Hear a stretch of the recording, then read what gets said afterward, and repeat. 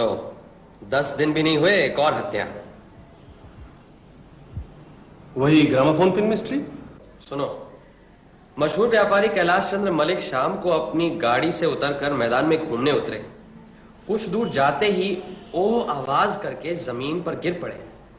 उनका ड्राइवर और रास्ते चलते लोगों ने उन्हें उठाकर गाड़ी में लिटा दिया, लेकिन तब तक उनकी मृत्यु हो चुकी थी। पोस्टमार्टम की रिपोर्ट के मुताबिक एक ग्रामोफोन पिन उनके दिल में अटका हुआ था। इसी पिन से उनकी मृत्यु हुई है। अरे बाबा। कैलाश बाबू निष्ठावान पुरुष थे। उनकी किसी से कोई शत्रुता नहीं थी। उनकी पत्नी का देहांत हो चुका है। उनके कोई पुत्र संतान नहीं है। एकमात्र पुत्री ही उनकी संपत्ति की वारिस है। पुलिस छानबीन कर रही है। कैलाश बाबू के ड्राइवर को हिरासत में ले लिया गया है। ये यहां हो क्या रहा है?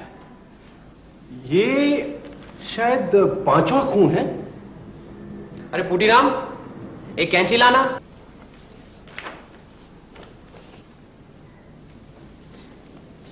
लगता है हत्यारों के किसी गिरोह ने कलकत्ता पे दावा बोल दिया है। ये किसी गिरोह विरोह का काम नहीं है। ये तो किसी एक आदमी का काम है। एक आदमी हो या गिरोह, लेकिन इस तरह दिन दहाड़े खून होते जा रहे हैं और आज तक कोई पकड़ा नहीं गया। तुम तो शुरू से ग्रामोफोन पिन के मामले से उलझे हुए हो। तुम्हें क्या लगता है? सब हत्याएं रास्ते पर हुई हैं, फुटपाथ पर नहीं। और जाहिर है कि रास्ते की भीड़ भाड़ में हत्यारे का बच निकलना आसान है। और सब हत्याएं ग्रामोफोन पिन से हुई हैं। ऐसा लगता है कि इस औजार का इस्तेमाल रास्ते पर ही हो सकता है, किसी जंगल या सुनसान जगह में नहीं। लेकिन एक बात और गौर करने की है। कुछ महीनों से अखबारों में एक मजेदार इश्तिहार छप रहा है। कभी पढ़ा है? मैं इश्तिहार नहीं पढ़ता। इश्तिहार नहीं पढ़ते तो फिर क्या पढ़ते हो? अरे भाई, अखबार में जो सब लोग पढ़ते हैं वही मैं भी पढ़ता हूँ। खबरें। अखबार में अगर मजेदार खबरें जानना चाहते हो तो हमेशा इश्तिहार पढ़ो। फिर तो अखबार वाले बड़े बेवकूफ हैं। सिर्फ इश्तिहार में छाप कर दुनिया भर की खबरें छापते रहते हैं। उनकी कोई गलती नहीं है। तुम्हारे जैसे पाठकों के मनोरंजन के लिए खबरें छापनी पड़ती हैं, नहीं तो अखबार बिकेगा कैसे? चलो आज से इश्तिहार भी पढ़ लूंगा। लेकिन वो मजेदार इश्तिहार है क्या? यहाँ पढ़ो। इसमें कहाँ? खोलो, ऊपर देखो, बाईं तरफ निशान लगा कर रखा है। सुनाओ जरा पढ़कर। रास्ते का कांटा, यही ना? अगर आप अपने रास्ते का कांटा हटाना चाहते हैं तो शनिवार को शाम 5:30 बजे व्हाइट वे लेडलो की दुकान के सामने लैंप पोस्ट को पकड़कर खड़े रहिए। हाँ? समझ में नहीं आया ना? एक बार और पढ़ो। पढ़ो पढ़ो। अगर आप अपने रास्ते का कांटा हटाना चाहते हैं तो शनिवार को शाम 5:30 बजे व्हाइट वे लेडलो की दुकान के सामने लैंप पोस्ट को पकड़कर खड़े रहिए। क्या लैंप पोस्ट को पकड़कर खड़े रहने से रास्ते का कांटा हट जाएगा? ये इश्तिहार पिछले 3 महीनों से हर शुक्रवार को आ रहा है और पिछले 3 महीनों से ही ग्रामोफोन पिन की हत्याएं हो रही हैं। तुम क्या समझते हो? ये दोनों घटनाएं जुड़ी हुई? समझने की बात है। जिसने इश्तिहार दिया है वो आम जनता से कह रहा है कि ए भाई, अगर आप अपने रास्ते के कांटे को हटाना चाहते हो तो फलाए फलाए जगह ऐसे खड़े रहो, जिससे कि मैं तुम्हें पहचान लूं लेकिन तुम्हें मेरा कुछ पता ना चले। मतलब कि रास्ते की भीड़ भाड़ में 5:30 बजे तुम लैंप पोस्ट पकड़े खड़े रहो। कुछ देर बाद बेवकूफों की तरह खड़े रहकर तुम्हें लगा ये सब क्या बकवास है, तुम झक मार कर चले जाओगे। फिर जेब में हाथ डालोगे, देखोगे कि किसी ने तुम्हारे जेब में चिट्ठी डाल दी है। फिर क्या? शिकारी ने शिकार ढूंढ लिया, लेकिन शिकार को यह नहीं मालूम कि शिकारी कौन है। अरे ठोस सबूत कहां है? कानून में एक शब्द है सर्कमस्टेंशियल एविडेंस। सबूतों पर कभी यकीन न भी हो, लेकिन ठोस प्रमाणों से दिया गया अनुमान कभी गलत नहीं हो सकता।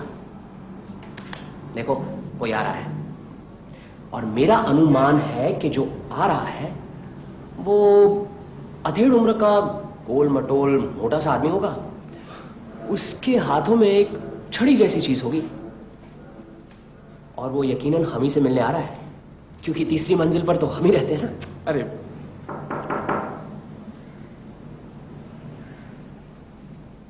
अंदर आ जाइए, दरवाजा खुला है। मैदान में फेस को क्या क्या पता। कैंटीन अब सिर्फ 1 रुपए में।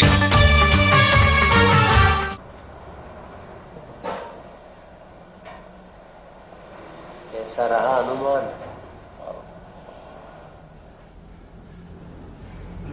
डिटेक्टिव ब्योमकेश बाबू हैं? मेरा नाम ब्योमकेश बख्शी है, लेकिन आप मुझे डिटेक्टिव ना कहें तो अच्छा होगा। मैं सत्यान्वेषी हूं, सत्य की खोज करने वाला।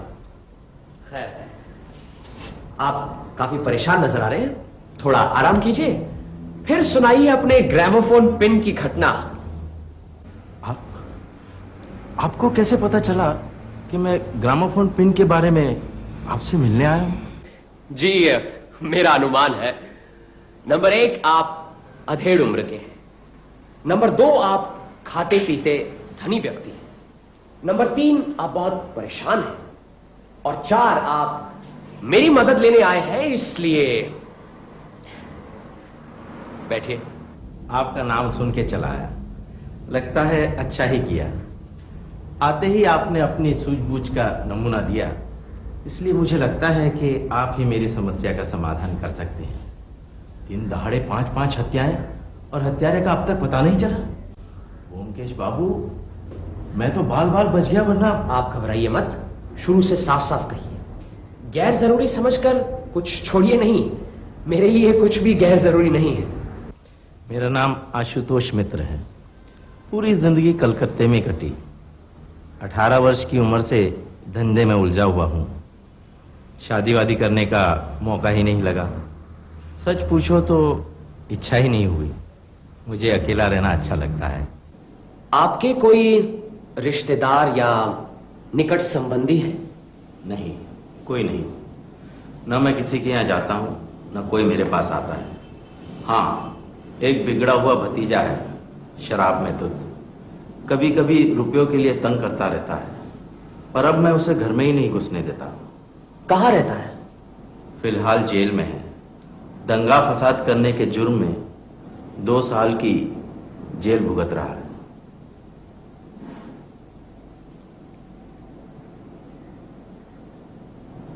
कहते रहिए। भवानीपुर में हमारी एक संगीत महफिल है, वहां रोज शाम को मैं जाता हूँ। कल भी गया था। रात को 9 बजे मैं लौट रहा था पैदल ही। सड़क पर काफी भीड़ भाड़ थी। मैं कुछ देर फुटपाथ पर खड़ा रहा, फिर मौका देखकर सड़क पार करने लगा। तब मुझे लगा कि किसी ने एक जोरदार घूसा मेरे सीने पर मारा। किसी तरह गिरता पड़ता मैं सड़क तो पार कर गया। मेरे कोट के सीने के जेब में हमेशा एक घड़ी रहती है। मैंने घड़ी निकालकर देखी, वो चकनाचूर हो गई थी और उस घड़ी में ग्रामोफोन पिन अटकी पड़ी हुई थी। ये रही वो घड़ी।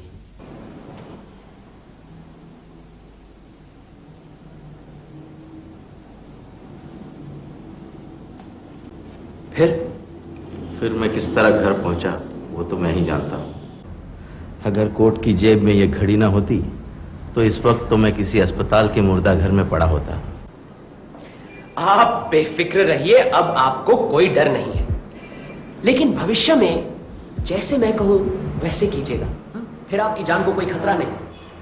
आप मुझे इस परेशानी से बचा लीजिए ब्योमकेश बाबू। मैं आपको जितने चाहिए रुपए दूंगा। मैं पूरी कोशिश करूंगा। अच्छा, कल रात जब आपके सीने में धक्का सा लगा, तब आपने किसी तरह की कोई आवाज सुनी? आवाज? कैसी आवाज? टायर फटने की या गोली चलने की? नहीं। कोई और आवाज? मुझे तो कुछ याद कीजिए, जरा सोचिए। सड़क पर जो आम आवाजें होती है, ट्राम गाड़ी की, घोड़ा गाड़ी की, साइकिल की घंटी की, ऐसी आवाज सुनी थी। कोई खास आवाज नहीं सुनी? नहीं।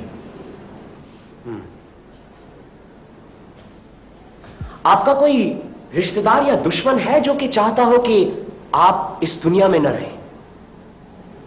कम से कम मेरी जानकारी में तो ऐसा कोई नहीं है। आपकी शादी नहीं हुई है, आप बाल बच्चे वाले भी नहीं हैं। आपका वारिस क्या आपका भतीजा है? जी नहीं। आपने अपना वसीयतनामा तो बनाया ही होगा। जी हाँ, बनाया है। उसमें आपकी संपत्ति का वारिस कौन है? आप और जो कुछ पूछना चाहते हैं पूछ सकते हैं, पर यह प्रश्न मत कीजिए, यह मेरा निजी मामला है। ठीक है, जाने दीजिए। आपका वारिस जो भी हो, आपकी वसीयत के बारे में जानता है? जी नहीं, मुझे और मेरे वकील के अलावा किसी को मालूम नहीं। आपका वकील कौन है? विलास मलिक, आप जानते हैं उन्हें? नहीं। कितने वकील हैं? आपके वारिस से आपकी मुलाकात होती है? जी हाँ। आपका भतीजा जेल में कितने दिनों से है? यही करीबन 3 हफ्ते से। अच्छा, आज के लिए इतना ही काफी है। आप अपना पता और ये घड़ी यहां छोड़ दीजिए। अगर जरूरत पड़ी तो आपको खबर कर दूंगा। लेकिन मेरा क्या होगा? अगर फिर से कोई हमला हुआ तो अब मैं नहीं बचने वाला। आप अपने घर में ही रहिए, कहीं निकलिएगा नहीं। लेकिन घर में तो मैं अकेला ही रहता हूं, और फिर घर में ही कहीं? नहीं नहीं, घर के अंदर आपको कोई डर नहीं है। वहां आप बिल्कुल सुरक्षित हैं। अगर आप चाहें तो एक चौकीदार रख सकते हैं। तो क्या मैं घर से बिल्कुल नहीं निकल सकता? निकलना निहायत जरूरी हो तो फुटपाथ पर ही चलिएगा, गलती से भी सड़क पर नहीं चलना। फिलहाल मैं तो कहूंगा कि आप कुछ दिनों तक बाहर निकलिए ही मत। ठीक है, आप जैसा कहेंगे वैसा ही करूंगा। नमस्कार। नमस्कार।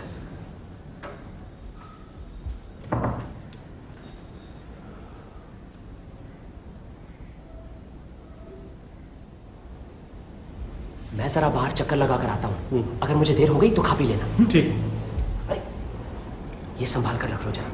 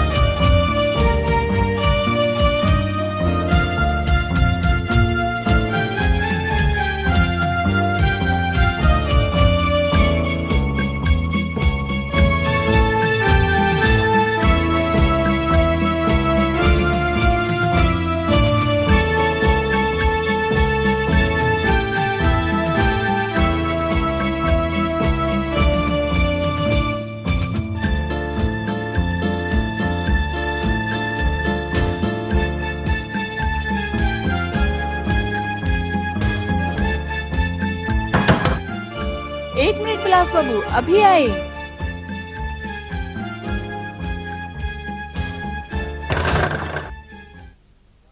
मुझे विलास बाबू ने भेजा है, वो आज नहीं आएंगे। आपको कुछ कहना है? आपको विलास बाबू ने भेजा है? जी। कह देना आशुतोष बाबू 4-5 दिन नहीं आएंगे, वो कभी भी आ सकते हैं। जी बहुत अच्छा। और कुछ? जी नहीं, बस। अच्छा।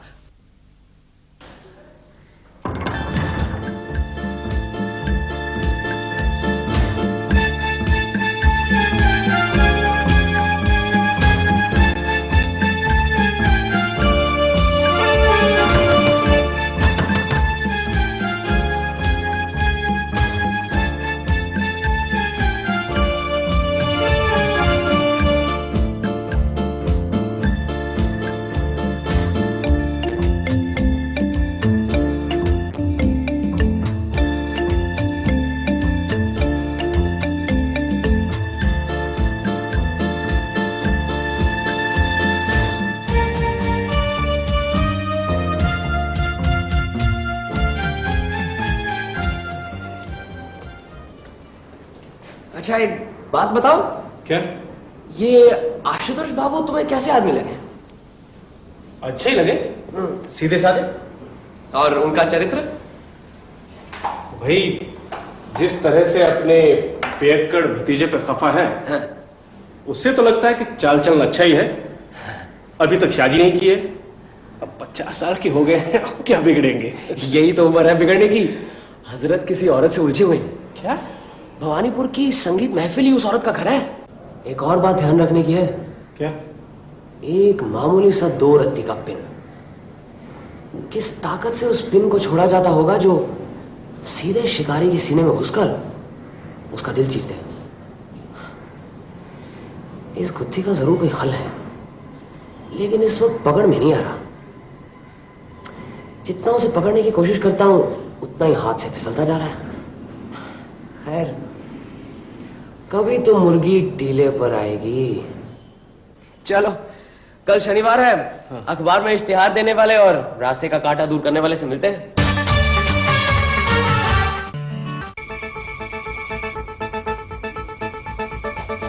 सीधे खड़े रहो।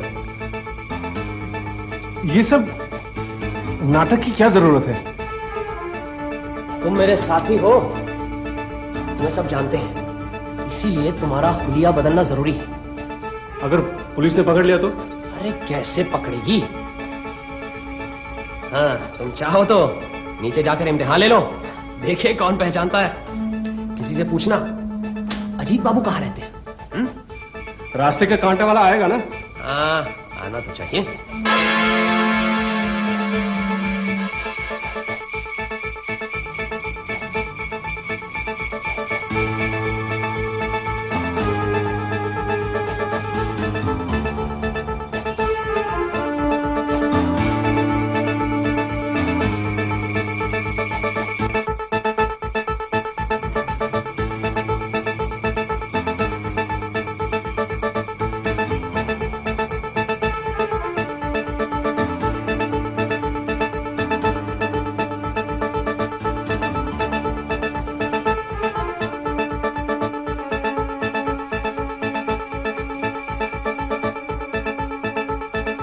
अरे कब आ गए साहब? बस 20 मिनट हुए। मेरा पीछा क्यों कर रहे थे? अजीत, कुछ बात बनी नहीं, बस 1 मिनट की देर हो गई। कैसे? तुम जब लैंप पोस्ट पकड़े खड़े थे तब मैं सामने की दुकान में था। तुम जिस तरह नर्वस होकर बार बार जेब टटोल रहे थे, घड़ी देख रहे थे, उससे शायद लगता है कि चिट्ठी देने वाले को शक हो गया। अच्छा, इसीलिए उसने तुम्हें चिट्ठी नहीं दी। फिर वो तुम्हें चिट्ठी देकर फौरन गायब हो गया। तुम उल्लू की तरह चिट्ठी लिए बंगले झांकने लगे। अच्छा, आदमी देखने में कैसा था, कुछ गौर किया?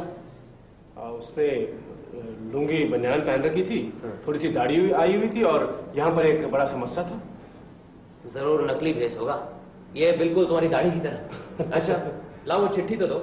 हाँ, ये। और जाओ वापस अजीत बनकर आ जाओ।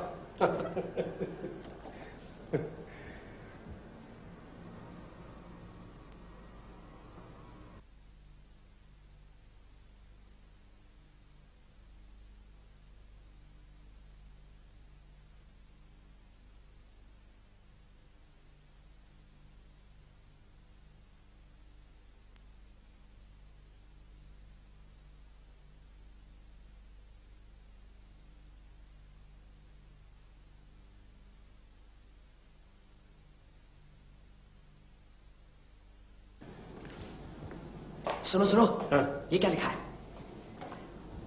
आपके रास्ते का कांटा कौन है, उसका नाम और पता क्या है, और आप क्या चाहते हैं? साफ साफ खुलासा लिख कर दीजिए, कुछ भी छुपाइए मत। अपना नाम बताने की जरूरत नहीं। ये चिट्ठी एक लिफाफे में डालकर अगले इतवार 10 मार्च को रात 11:50 पर खिदिरपुर रेस कोर्स के पास के रास्ते से पश्चिम की तरफ जाइए। एक आदमी आंखों पर मोटा गॉगल्स पहने साइकिल पर आपके सामने से आएगा। इसे देखते ही आप चिट्ठी वाला हाथ साइकिल की तरफ बढ़ाकर रखिए साइकिल वाला आपके हाथ से चिट्ठी लेकर चला जाए। आप भी अपने घर चले जाइए। अच्छा, बाद में फिर आपको हम बताएंगे क्या करना है। पैदल अकेले आइए, कोई साथ होगा तो साइकिल वाले से मुलाकात नहीं होगी। ये देखो, आशुतोष बाबू आ रहे हैं। ये सब बातें उन्हें कहने की कोई जरूरत नहीं। पुटीराम,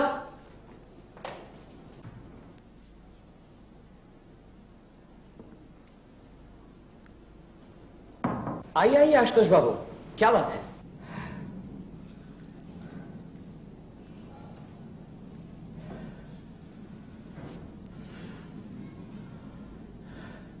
एक बुरी खबर है, वही बताने इस वक्त यहां आया हूं।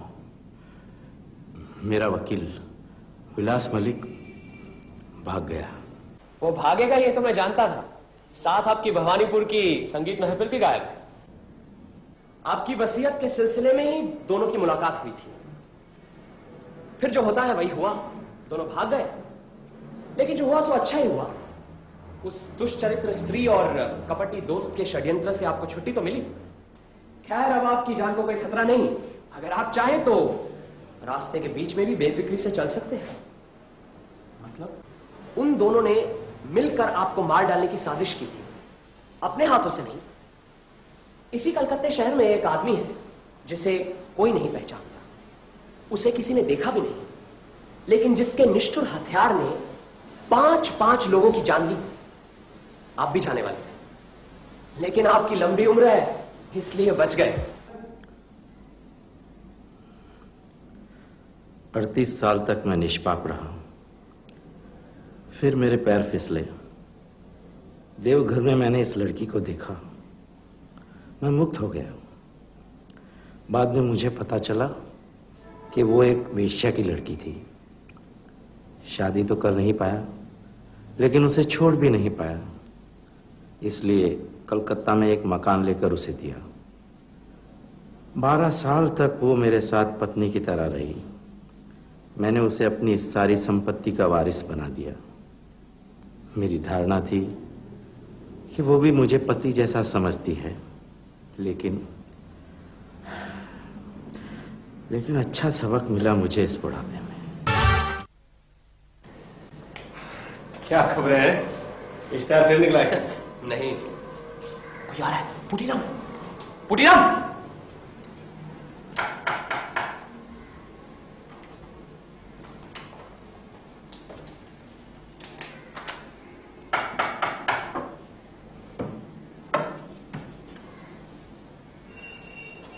कहिए।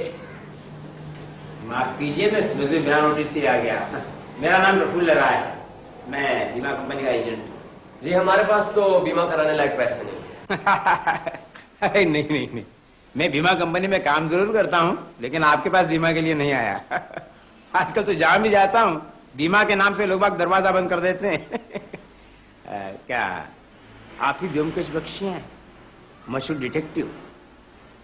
आपसे कुछ प्राइवेट सलाह लेनी थी। सलाह के लिए पहले आपको नगद पेशगी देनी पड़ेगी। जरूर। वो मुझे मालूम है।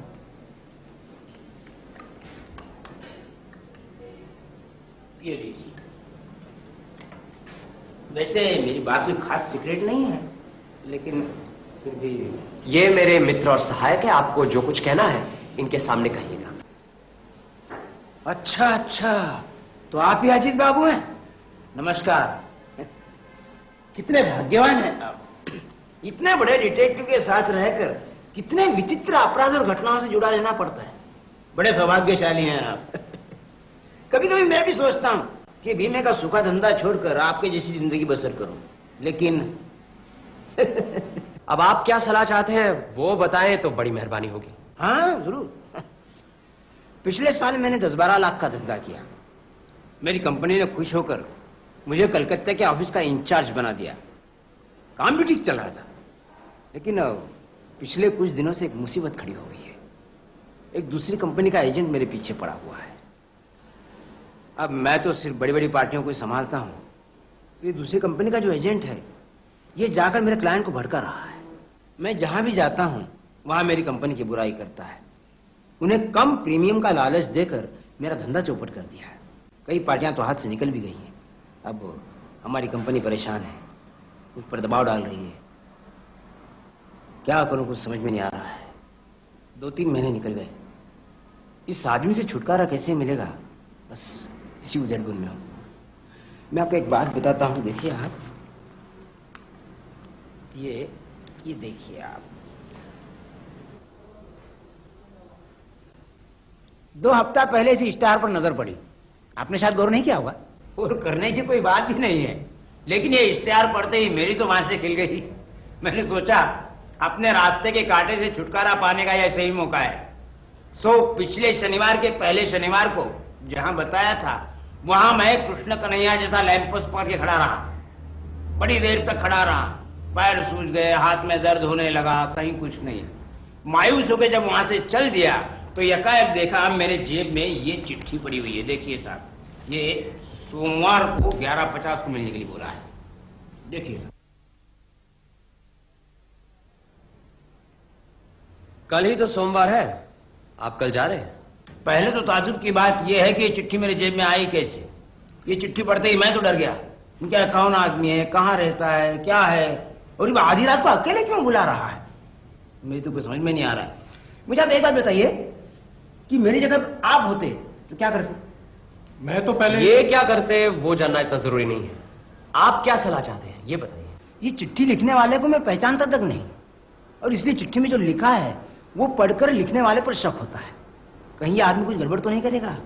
चिट्ठी का जवाब लेकर उससे मिलना क्या ठीक होगा?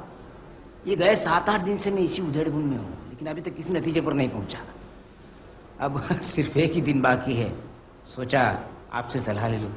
देखिए, आज कुछ कह नहीं सकता। आप ये दोनों कागज यहां रख जाइए, अभी वक्त है, कल सुबह आइएगा। कल नहीं, कल सुबह तो नहीं आ पाऊंगा, कहीं बाहर जाना है। आज नहीं बता सकते? 7 बजे, 8 बजे, या बाद में भी रात को? नहीं, आज रात मुझे कहीं जाना है। परेशान मत होइए, कल सुबह नहीं आ सकते तो शाम को आ जाइएगा, 4 बजे, 5 बजे, मैं घर पर ही रहूंगा। ये ठीक है, लीजिए। आप लेंगे? नहीं नहीं, धन्यवाद। आप लेंगे? नहीं। अच्छा, नमस्ते। नमस्ते। पुलिस को भी खबर कर दे तो कैसा रहेगा? मेरा ख्याल से पुलिस जांच पड़ताल करके इस आदमी का नाम पता निकाल सकती है। पुलिस की मदद चाहते हैं तो मेरे पास क्यों आए हैं? मैंने आज तक पुलिस के साथ काम नहीं किया और करूंगा भी नहीं। आप अपना रुपए ले जाइए। अरे नहीं नहीं नहीं, मैं तो सिर्फ आपकी राय जानना चाहता था। आपकी मर्जी नहीं है, मुझे क्या पड़ी है। चलता हूं, कल शाम को आऊंगा।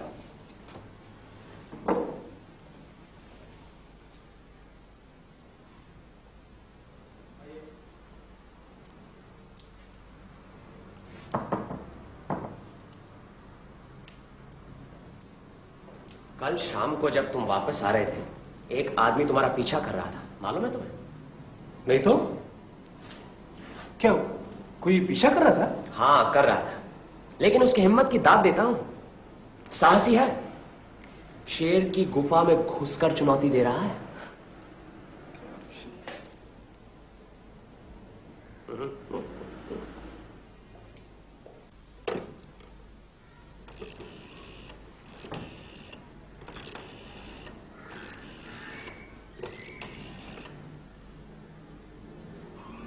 लाल बाजार पुलिस स्टेशन, इंस्पेक्टर बागची हैं जी, बोमकेश।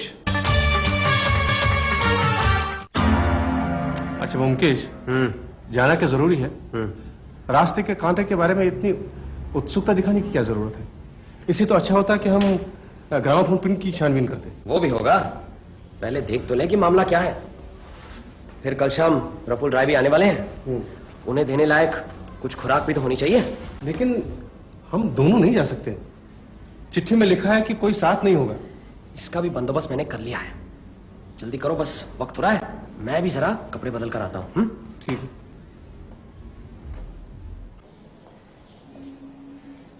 मैं आईने में दिख रहा हूं? हाँ। अच्छा, अब देखो, मैं 5 फुट पीछे जाता हूं। अब नहीं। हाँ, बस किला फतेह। एक और चीज। क्या? कोट उतारो। अरे अब क्या रह गया? सब कुछ तो हो गया। कोट उतारो, बताता हूं। ये बटन खोलो। क्यों? अरे घबराओ मत, मैं भी पहन रहा हूं। क्या है ये रखो यहाँ पे।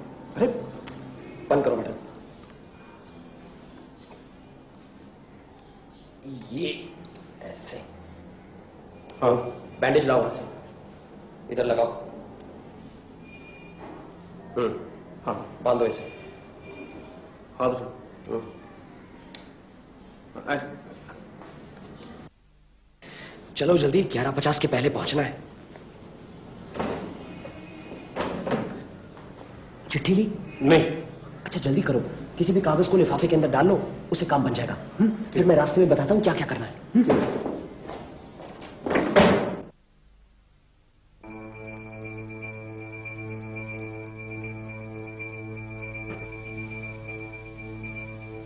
चिट्ठी हाथ में लेकर चलते रहो।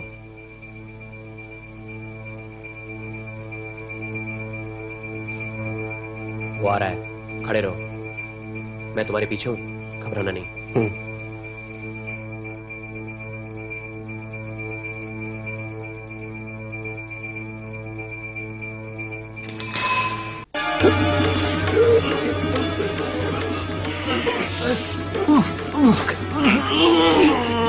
अजीत, मेरे जेब में रस्सी है, जरा निकाल के इसके हाथ बांधो। अच्छा। मिली? हाँ। बांधो बांधो इसके हाथ। इस हजरत को नहीं पहचानते? ये आज सुबह हमारे घर आए थे, प्रफुल्ल राय। और भी जानना चाहते हो? यही ग्रामोफोन पिन रहस्य के मेघनाथ हैं। आप मेरे सीने से हट जाइए ब्योमकेश बाबू, यकीन मानिए मैं भागूंगा नहीं। अजीत, हाँ? इसके जेबों की तलाशी ले लो, देखो कोई हथियार वगैरह तो नहीं है।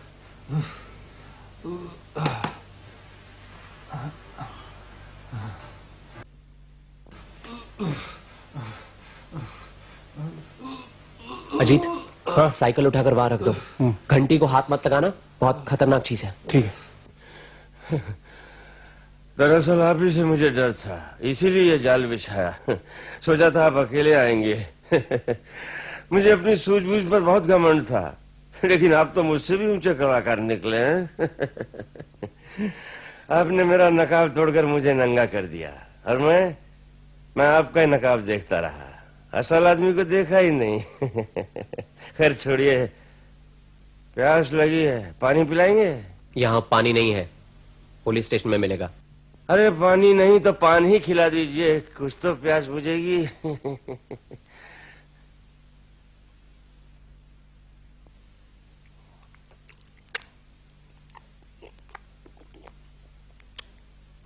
शुक्रिया, बाकी जो पान है वो आप खा लीजिए, मुझे नहीं चाहिए।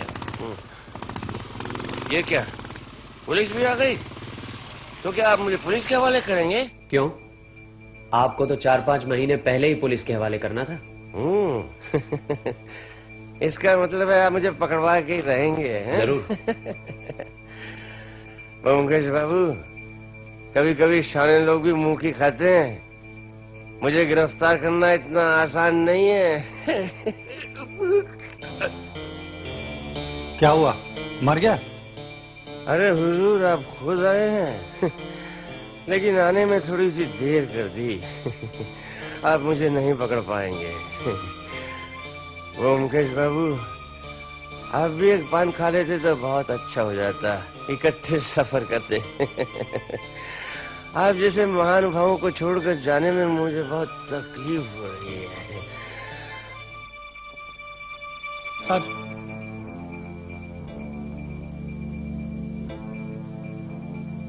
हथकड़ी की कोई जरूरत नहीं सर, आसामी फरार हो गया। ये आप अपने पास रखिए, सिर्फ मुझे वो साइकिल की घंटी दे दीजिए।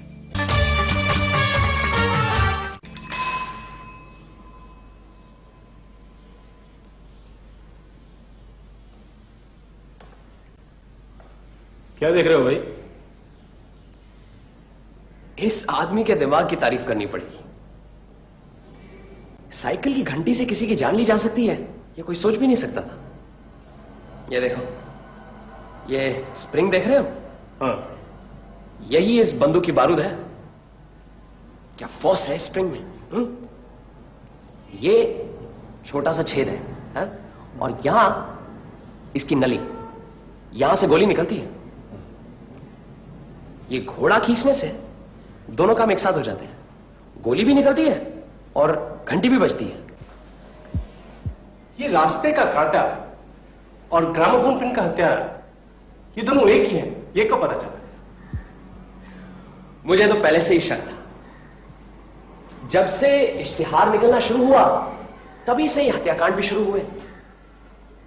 लेकिन जब हत्यारे की चिट्ठी में साइकिल का जिक्र आया तब मुझे यकीन हो गया कि ये दोनों मामले जुड़े हुए हैं। मैंने आशुतोष बाबू से पूछा, आपकी छाती पर चोट लगते समय आपने कोई आवाजें सुनी? तो उन्होंने गाड़ी और ट्रेन के साथ साथ साइकिल की घंटी की आवाज भी सुनी थी।